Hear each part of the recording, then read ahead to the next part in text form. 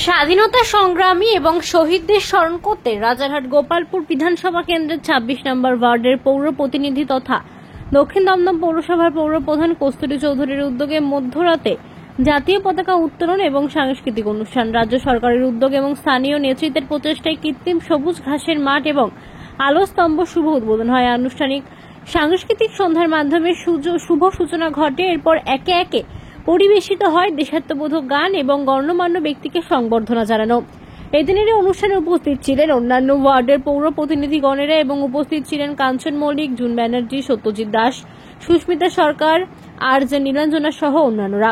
এরপর মধ্যরাতে পতাকা উত্তোলনের মাধ্যমে এবং শহীদ বেদিতে শহীদদের উদ্দেশ্যে মালা দিয়ে স্মরণ করে অনুষ্ঠানের সমাপ্তি ঘটে।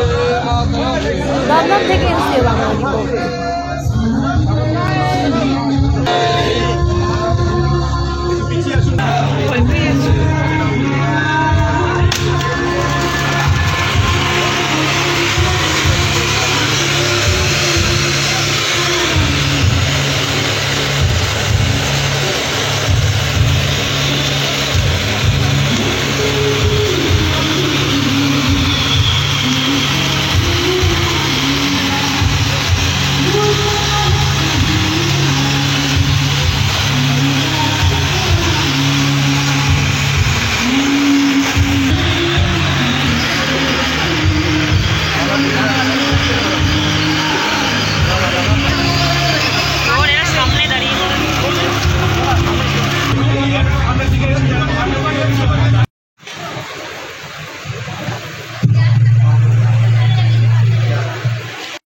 ওয়ান কেউ দেখে থাকেন তাহলে নিশ্চয়ই আমার চরিত্রটা মনে থাকবে।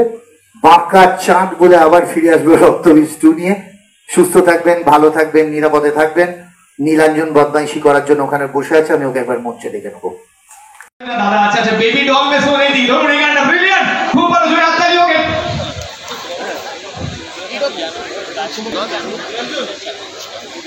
টেনশনটা খুব ভালো কালকে তাহলে কি মানে এখন জুন মানে কি লাভ দাদা দাদা সত্যজিৎ একটু আলাপ করতে तेरा जोर जोर आता लियो प्लीज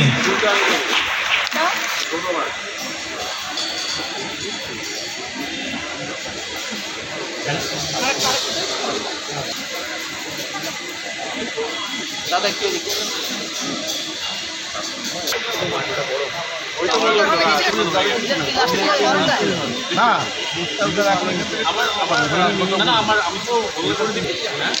এত লোক আছে, খুব ভালো লাগছে, প্রোগ্রামটাও খুব ভালো।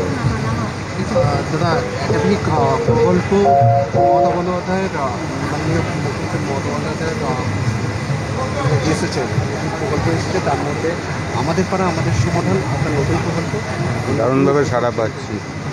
আজকেও ছিল আমাদের, কালকেও ছিল, আমার মোস্ট প্রবলি 16 তারিখে আছে। আর কেমন সাড়া পাচ্ছে? খুব সমস্যা, খুব ভালো। আমার ওয়ার্ডে সেরকম কোনো সমস্যা নেই।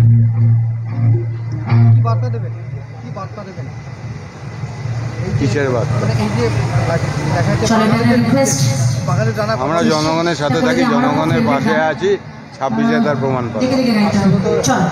ভাষাগত যে আমরাই তো জনগণের পাশে থাকি।